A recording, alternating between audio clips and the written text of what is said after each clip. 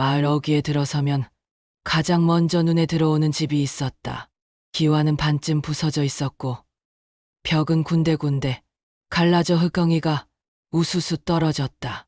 장마철이면 흙냄새가 방 안가득 스며들었고 겨울이면 바람이 문틈을 쓸고 지나갔다. 사람들은 그 집을 볼 때마다 같은 말을 반복했다. 저 집은 곧 무너져도 이상할 게 없어. 저기 사는 노인은 참 기구한 팔자지. 집의 주인은 김불례였다. 여든을 넘긴 나이. 허리가 고개 숙인 버드나무처럼 구부러진 채 걸음을 옮겼다. 두 손은 돌바닥처럼 거칠었고 옷차림은 언제나 같았다. 빛이 발에 윤기 하나 남지 않은 검은 치마저 고리와 해진 고무신. 그러나 가까이서 마주한 그녀의 눈빛은 달랐다. 주름이 깊게 패인 눈가에도 그 안에는 묘한 강단이 숨어 있었다. 마을 사람들은 그저 세상에 버려진 불쌍한 과부라 여겼지만 불례는 속으로 은밀히 미소를 삼켰다. 불례는 장터에서 깨짚을 팔고 돌아오면 마당 한가운데 서서 허물어진 기와 지붕을 바라보았다. 낡고 쓸쓸한 집. 하지만 그 집 속에는 누구도 모르는 비밀이 숨겨져 있었다. 장롱 밑에 이중 바닥, 미닫이 문 뒤에 감춰진 금고, 그리고 땅 문서가 묻혀있는 땅속 철제 상자까지. 그녀는 속으로 되뇌었다. 그래. 다들 날 불쌍한 늙은이라고 여겨라. 그게 나한테는 더 든든한 방패이자 완벽한 가면이 되는 것이다. 불례가 젊었을 적, 그녀는 마을에서 누구보다 성실한 여인으로 불렸다. 남편은 농사일에 능했고 불례는 새벽마다 일어나 남편과 함께 논으로 나갔다. 올해 벼농사가 잘 되면 애들 공부시키고 새 기와 얹어야지. 남편의 꿈은 소박했고 불례의 웃음도 따뜻했다. 그러나 마흔을 채 넘기기도 전에 남편은 세상을 떠났다. 밭을 갈던 중 기계가 뒤집히며 그를 덮친 것이다. 장례식장에서 불례는 아이들 손을 잡고 망연히 서 있었다. 친척들은 어깨를 두드리며 위로를 건넸다. 걱정 마라.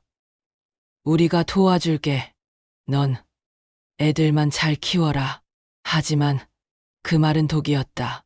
며칠 뒤 친척들은 반문서를 가져와 도장을 찍으라 했다. 내가 혼자 농사 지을 수 있겠니? 우리가 대신 맡아줄 테니 걱정 말고. 불례는 눈물에 젖어 도장을 찍었지만 그것은 맡기는 것이 아니라 넘기는 것이었다. 마을 유지들도 다르지 않았다. 불례야, 여자가 혼자 논을 어떻게 관리하겠니? 우리한테 팔아라. 헐값이라도. 지금은 현금이 급하잖아. 그렇게 넘긴 땅은 이듬해 3배 값으로 거래되었다. 밤마다 불례는 빈 밭둑에 홀로 서 있었다. 남편이 생전에 불러주던 농부의 가락이 귓가에 아른거렸고 눈물은 땅 위로 떨어졌다. 그러나 어느 순간부터 눈물이 말라버렸다.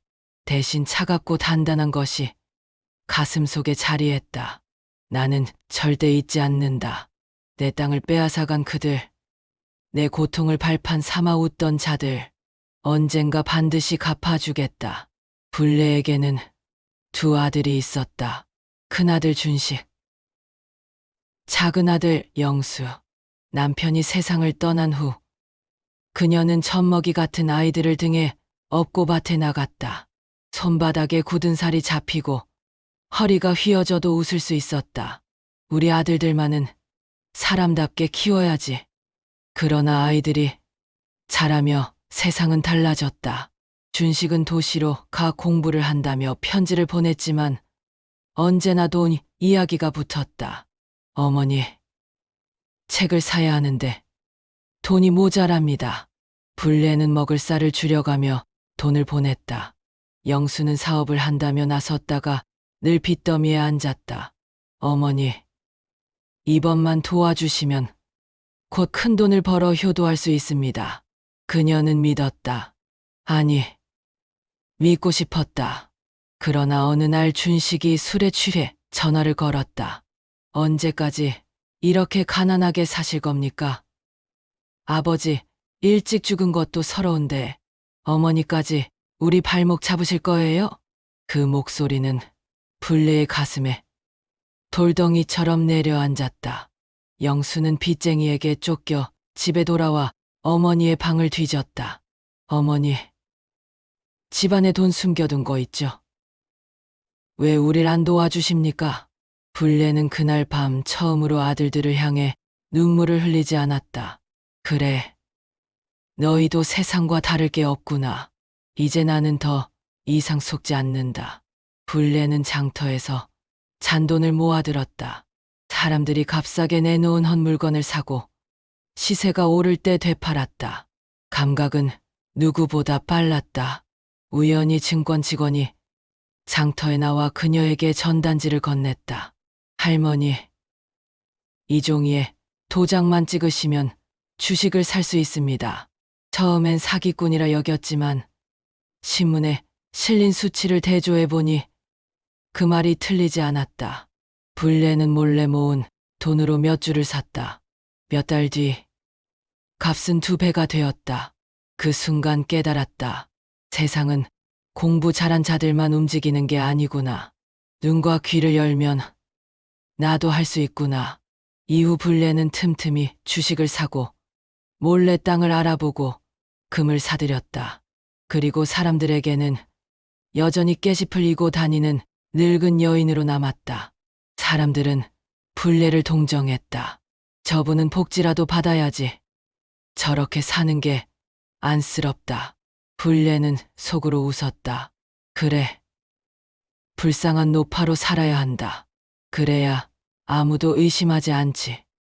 도시에 나가 계약서를 확인할 때는 날카로운 눈빛으로 글자를 훑었고 젊은 중개인조차 속지 않았다.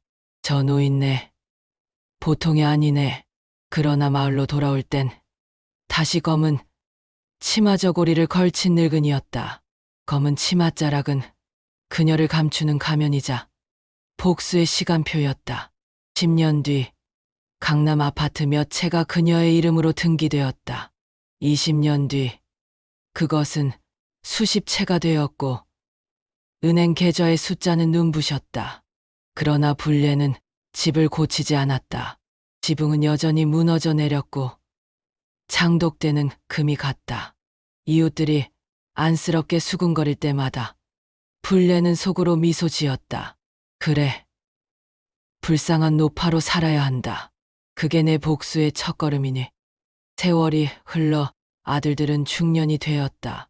준식은 교수라며 뻐겼고 영수는 여전히 빚더미였다. 그러나 그들은 어머니를 찾아와 말했다. 어머니, 우리 힘들게 살고 있어요. 조금만 도와주시면. 불레는 허리를 굽힌 채 대답했다. 내가 가진 게 뭐 있니? 나야 여전히 깨시 팔아 겨우 먹고 살지. 아들들의 얼굴은 굳었다. 그들의 눈에는 실망과 원망이 가득했다. 불레는 마음속으로 생각했다. 그래, 끝까지 나를 가난한 늙은이로만 봐라. 언젠가 내 눈앞에서 진실을 보여주마. 8장. 마을 사람들의 수군거리. 마을 사람들은 여전히 불레를 동정했다. 자식들이 저렇게 출세했는데 왜 저 노인네는 저 꼴로 사나 몰라. 아들들이 돈 한 푼 안 대주나 봐. 불레는 아무 대꾸도 하지 않았다. 오히려 그런 말이 마음을 편하게 했다. 세상은 그녀를 철저히 무능한 노인으로만 기억하게 될 것이다. 그리고 언젠가 그 기억은 산산조각 날 터였다. 밤마다 불레는 장롱 및 금고를 열어보았다. 땅 문서, 주식 증서, 금괴, 현금 다발. 손끝에 닿는 차가운 감촉이 그녀에게는 남편과 빼앗긴 밥보다 더 강한 위안을 주었다. 그러나 동시에 생각했다.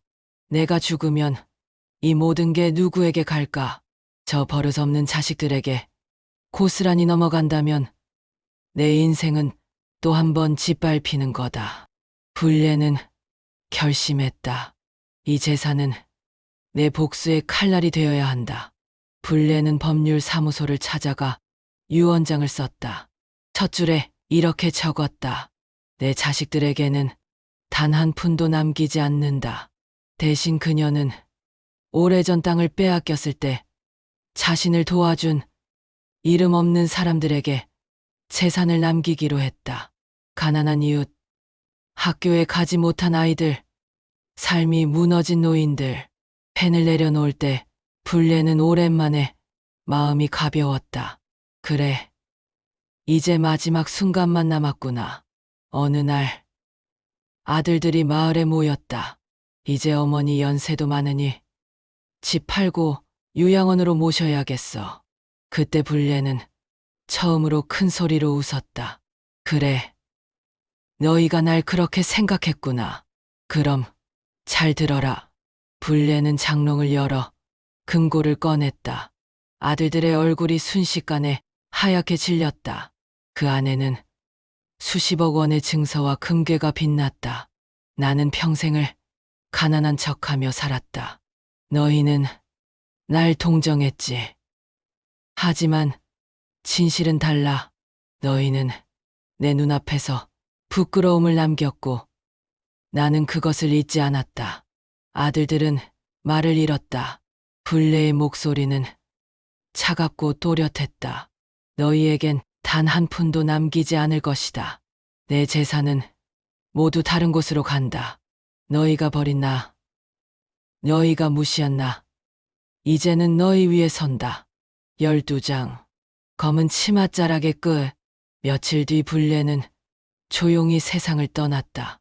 장례식에 모인 마을 사람들은 여전히 그녀를 불쌍한 노파로 여겼다.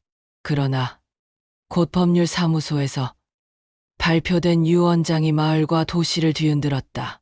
불례는 수백억 원의 재산을 남겼으나 자식들에게는 한 푼도 주지 않았다.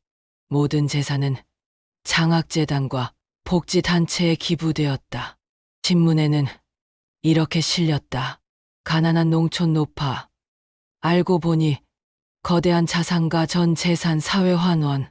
아들들은 세상의 조롱거리가 되었고 마을 사람들은 할 말을 잃었다. 그러나 낡은 기와집 마당에서 바람에 흩날리던 검은 치맛자락만은 여전히 그곳에 남아 있었다. 그 치맛자락은 마치 이렇게 속삭이는 듯했다. 나는 끝내 내 복수를 이루었다. 그리고 이제 참으로 자유롭다.